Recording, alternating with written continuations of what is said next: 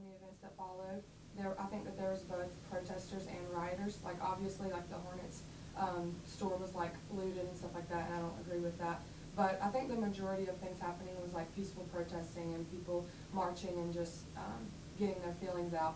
But I do think that rioters were present, and I hate that the media focused mostly on that. I would say at first I labeled it as riots because that's what it was. It, like I said, it was an initial reaction. It was kind of like people acting on the pain that they felt. But I think that the riots did not last very long, and I think that it turned into a lot of peaceful protesting that the media didn't cover.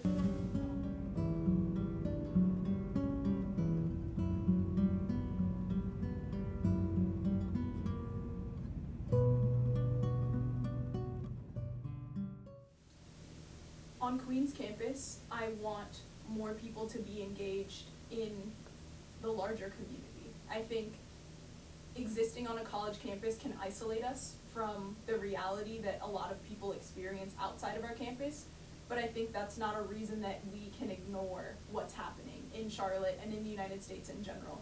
I think college campuses are a place to have dialogues, stand up for what you believe in, and educate ourselves about the issues in the world, in the United States, and in Charlotte, and I think I want Queens to continue to do so. I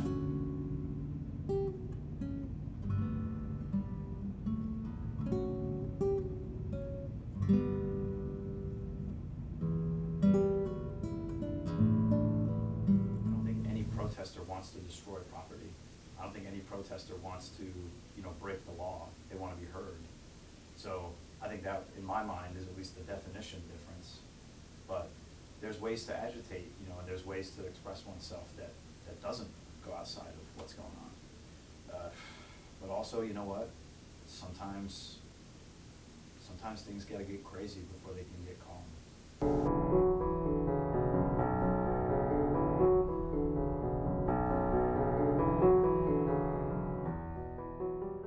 Well, I think, chronologically, that was the first thing that happened, but I'm very impressed with the young ladies who are called the Justice League, and I was quite impressed with their level of energy and their sort of, fortitude. I mean, they were right uptown, and they had a very organized way of going about it. It just seemed like they knew exactly what to do, like the right way to express oneself in those situations.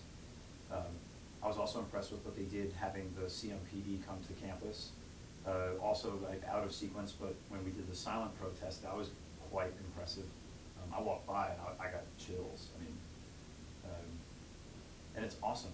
To see y'all acting this way is incredible, because it's easy to be complacent. It's easy to let these things just happen and die, because it's like, oh, it's not me, But it's all of us. This is getting at a bigger picture.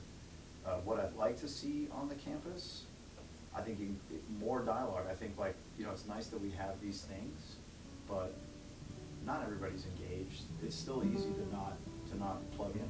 It is, and I think we need to figure out how to make it easier for people to do that. It's easy to right, but once we have them, then what? That's the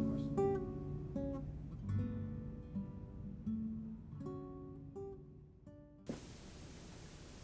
I don't want to see the start of something good and positive just come to a halt, because the media has also decided to turn their eye to something else. I think that in the light of the fact that this did happen here in Charlotte, North Carolina, and Queens is a part of this Charlotte community, I would like to see here on the Queens campus, things go forward, things move forward, things continue. I don't want to see young people have a purpose, have a vision, and something like Keith Lamont's death sparked that for them. It made them want to stand up. It made them want to do something.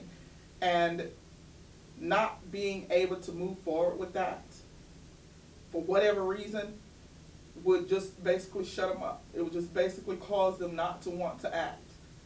Queens is a perfect space to allow these young people to move forward, to allow these young people to ground themselves in something that's important in this community, in this United States of America, because they're not all going to stay here in Charlotte.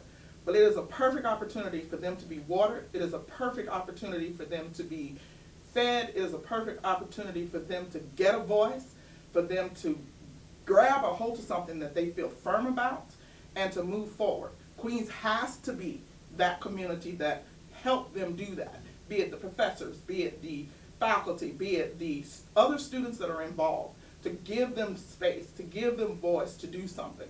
Because, you know, we've had this dream for a long time of freedom. We've had this dream a long time of a whole lot of things that they want to accomplish. But that dream has been deferred for generations. It has been deferred, been deferred, been deferred. But just like Langston Hughes said in his poem of Harlem, what happens to a dream that's deferred? We do not want these young people to think that this dream has festered. We do not want them to think that this dream has been put off. We want them to know that here on Queen's University, they can grab a hold to the dream, whatever they feel that it is. They can take that dream and it can explode within them. It can become a reality, that this is ground to where they can actually make things happen and accomplish something to affect themselves, to affect tomorrow, and to affect generations later.